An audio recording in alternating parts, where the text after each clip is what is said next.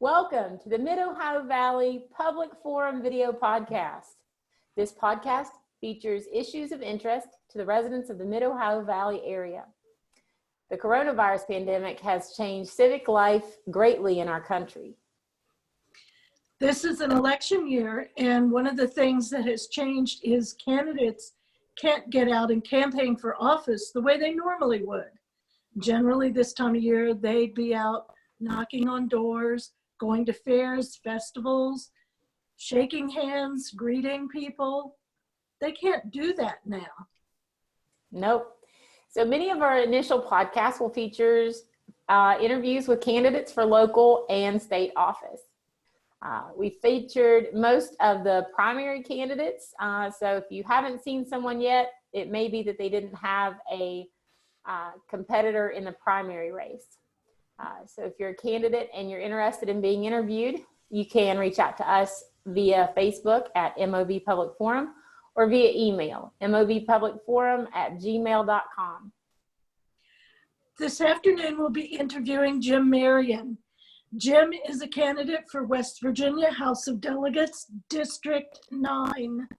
Excuse me, allergies. My voice is not operating correctly. So Jim is running for House of Delegates, District 9. Welcome, Jim. We're glad Thank you. This afternoon.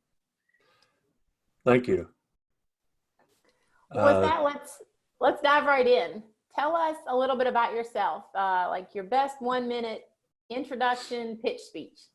Okay. I'm Jim Marion, running for the House of Delegates in 9th District, which is all of Wirt County and part of Wood, like Rockport, Belleville, Mineral Wells, and going out Route 47 on the right side. I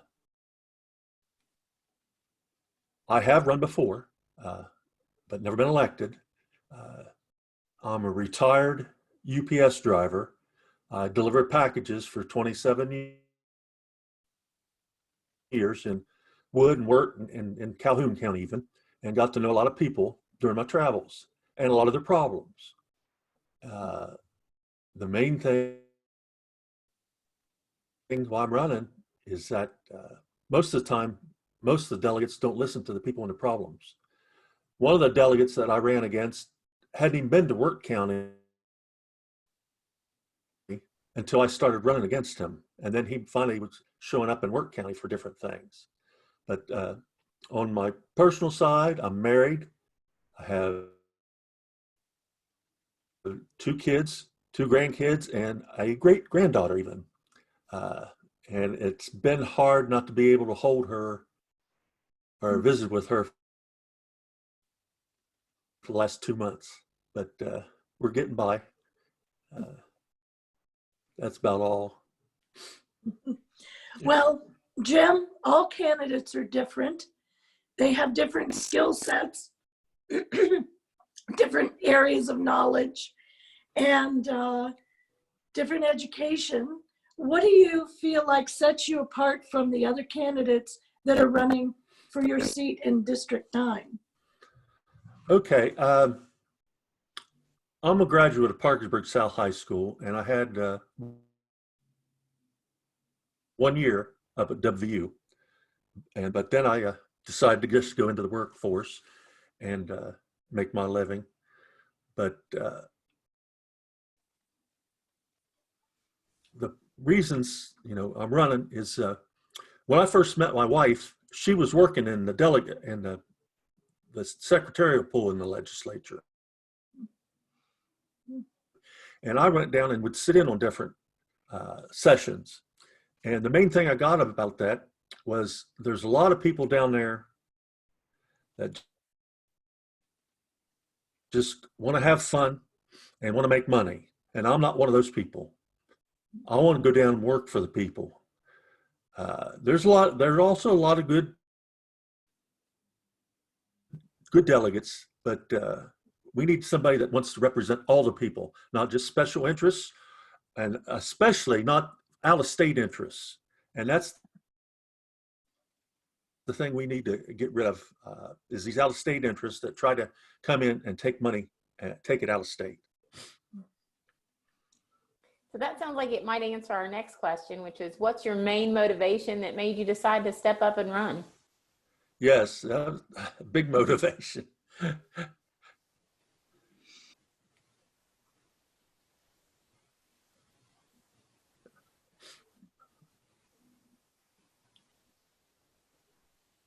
So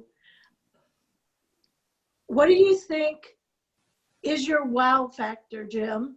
What is the thing that if people hear it about you and about your candidacy would make them say, wow, that's the guy I want to vote for? Well,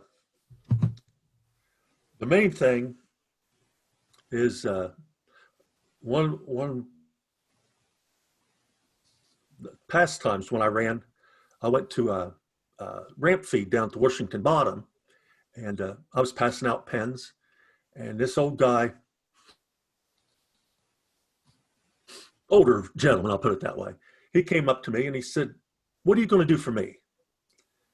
And I said, "I don't know you from Adam, but I'm willing to listen to your problems. And I may not be able to help you, but I'm willing to listen to you and I'll do everything I can." And he said, "Well, you got my vote right there, because most of these yahoos don't even want to listen to you, anybody." And that's the main thing, is listening to people and their problems, and try to help them in the legislature, whether it be, roads, jobs, or anything. I'm willing to listen, and I may be a registered Democrat, but I listen to anybody, whether it be Republican, Democrat, Independent, anybody. So if you were elected, tell us the one thing you want to accomplish during your term in office. If you had to pick one priority. Well, one priority would be jobs. And, everybody, it's easy to say, "I bring jobs in this state," but there's a lot involved in that, whether it be roads, having better roads and better schooling,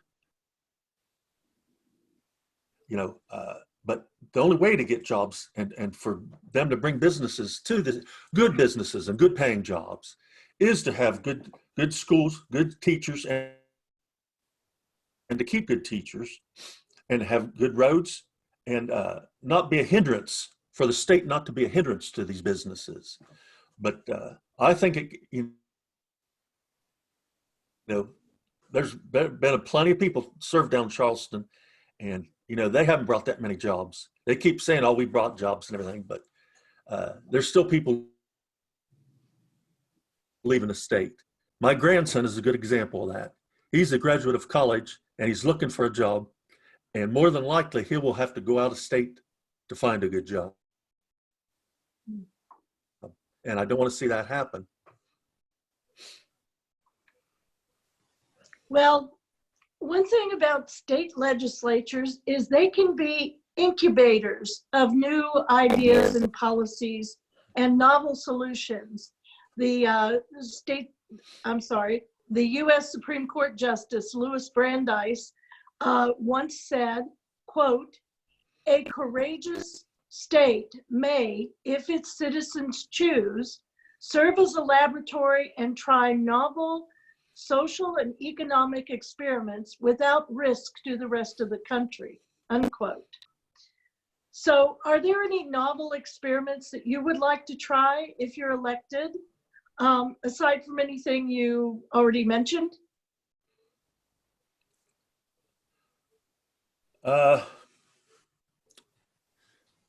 I don't know if it'd really be a novel experiment, but my feeling on the school system is to get the state out of it as much as possible. Let the Board of Education and the teachers decide what to do with the education system. Not have us delegates tell you what you're going to do. We need to pay the teachers better, have good schools, and keep working on the schools. We're building a new school in Williamstown, new elementary school, and that's fine. But we have to have teachers that want to stay in the state, and to keep them here, you need to pay them a lot better, where they can go right across the river in a high and make probably 10,000 more a year. That's why we lose a lot of our teachers. But there's a lot of dedicated teachers that want to stay here. But if we let the teachers and the Board of Education decide what goes on with education, I think that's the best thing. So we've talked about several different issues briefly. What do you see as the three largest issues or problems facing West Virginia? And do you have a plan for dealing with them? Well, now the largest issue is this pandemic, and how do we come out of it? The state, as far as I know, is going to be in a hole for a lot of money to begin with, and we're going to have to take care of that first, over, I don't know, a 10-year period or more. But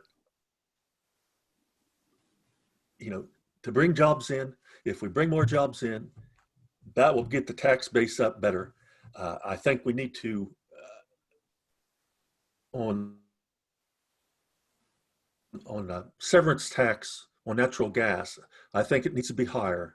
I think we can get some money that way.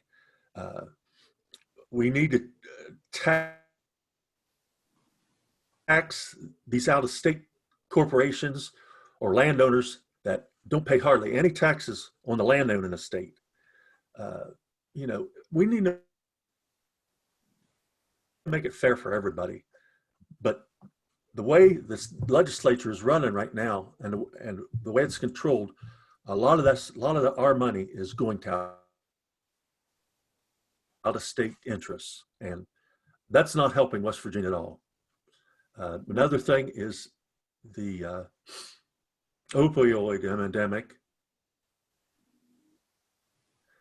which is, it's caused a lot more crime, a lot more foster kids. We've got to, they're starting to finally do something where they let it go for years and years, but they're starting to finally have these recovery places. And we need to, keep going with that and put more money into them to help, to help the people.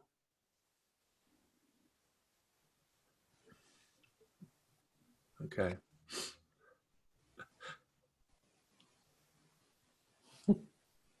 So, Jim, we are often our own harshest critics. So this is a two-part question. What do you think is your worst quality?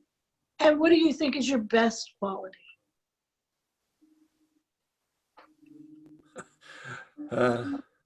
My worst quality is I probably get upset and mad too easy. But it's something I have to work on all the time, whether it be out in public or at home with my wife. And she lets me know about it too. But, I think my best quality is I just try to have a little bit of common sense or horse sense about everything, and try to think it through and figure out solutions to problems. That, if somebody tells me their problem, I'm going to try to figure it out the best way I can. Now, it might not always be the right solution, but I will try to figure it out. Well, with that, we've come to the getting to know you, the person section. These should be the easier questions. What would you say is your single most favorite thing or place in our state? I really like the Canaan Valley and Blackwater Falls region. Try to go there once a year.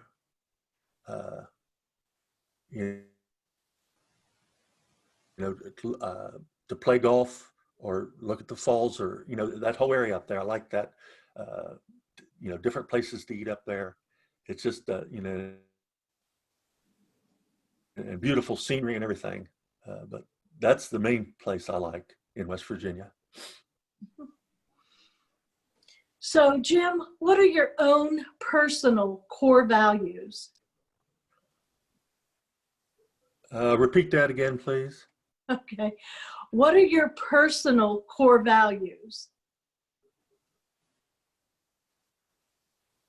I've always tried to be honest. I know, like delivering, when I delivered for UPS out in Calhoun County, people said, "Hey, just bring it, bring the pack, set the package inside. The door's unlocked. Just come on in. If you need to come in, use the restroom." You know, they trusted me, and I want everybody to be able to trust me.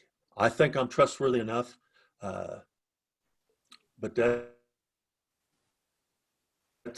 that's my biggest value. I think is just being trustworthy. So what would you say you're most passionate about?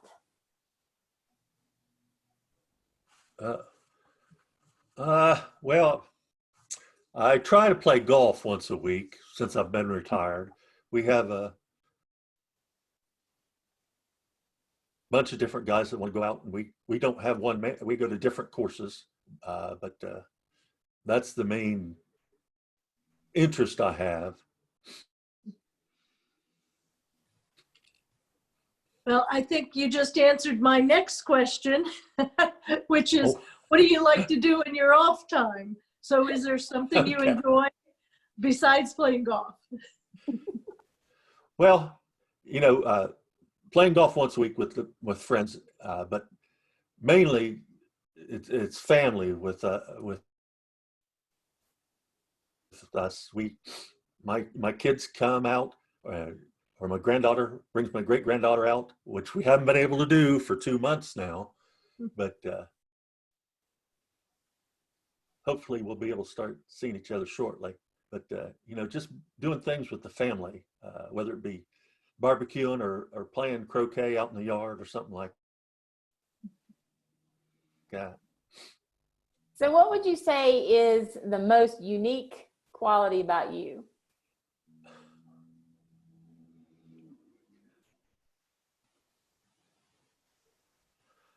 Uh, I don't really know, other than being fat and bald.